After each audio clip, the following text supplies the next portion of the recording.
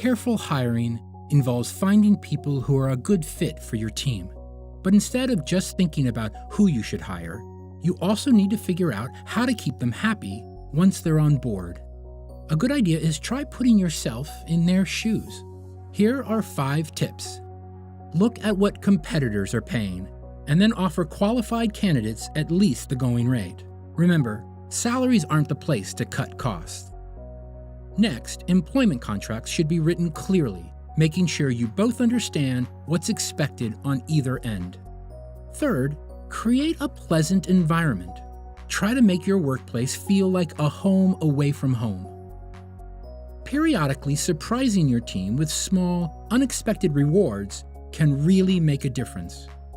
If they do a really great job, think about giving them a promotion or a raise. And finally, avoid micromanaging. You don't need to oversee every aspect of their day. Just make sure they're getting the job done. These 5 tips will help to make your staff feel valued. Having a positive team dynamic will always help your business to succeed. GCF Global, creating opportunities for a better life.